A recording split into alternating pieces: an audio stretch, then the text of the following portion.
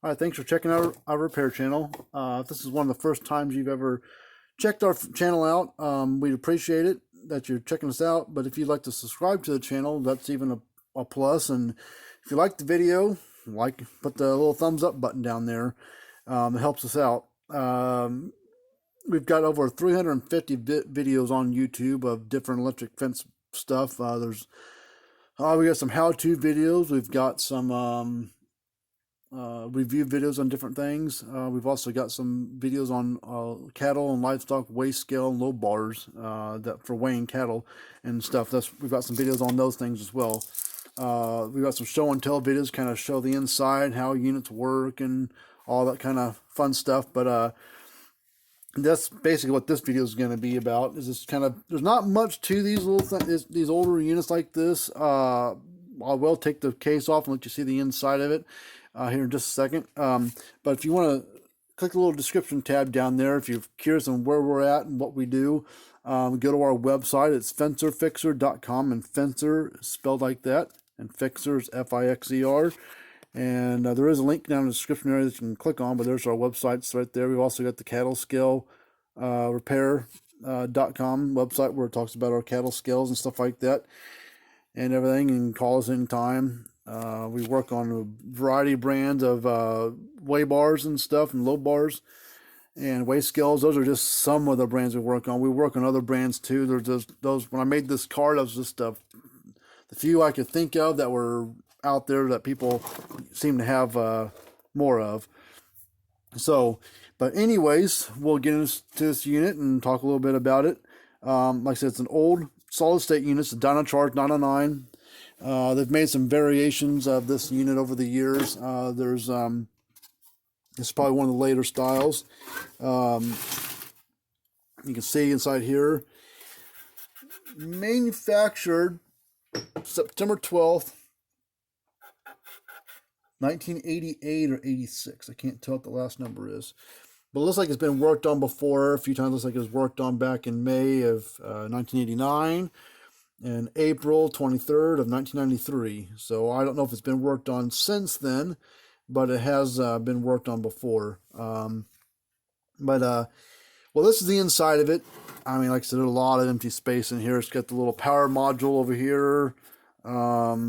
It's got a transformer that takes the power in, spikes it up, and spits it to your fence. You got a couple fuses over here, little 1 amp fuses.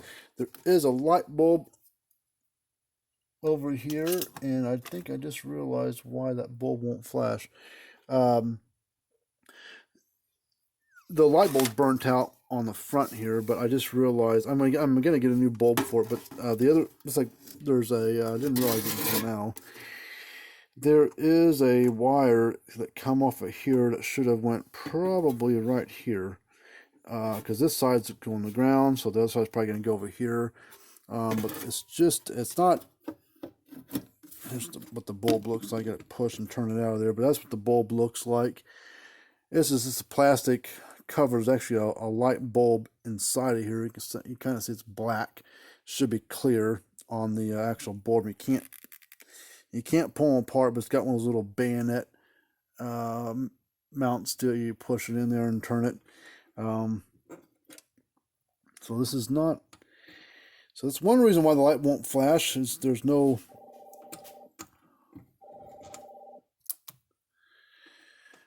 power coming to it. Plus, the bulb's burnt. So we're gonna get that bulb replaced, and then we'll run a jumper wire from there down to there to fix this board. But we'll go ahead and we'll plug it in and show you that it's working.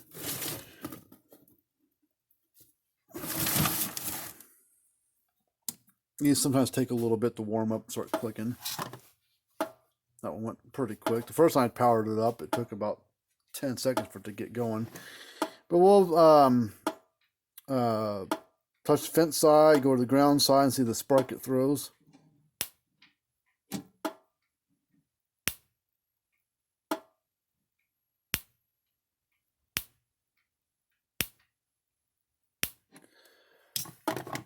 So, nice little snap to it. These solid state units are pretty pretty nice units when they're running.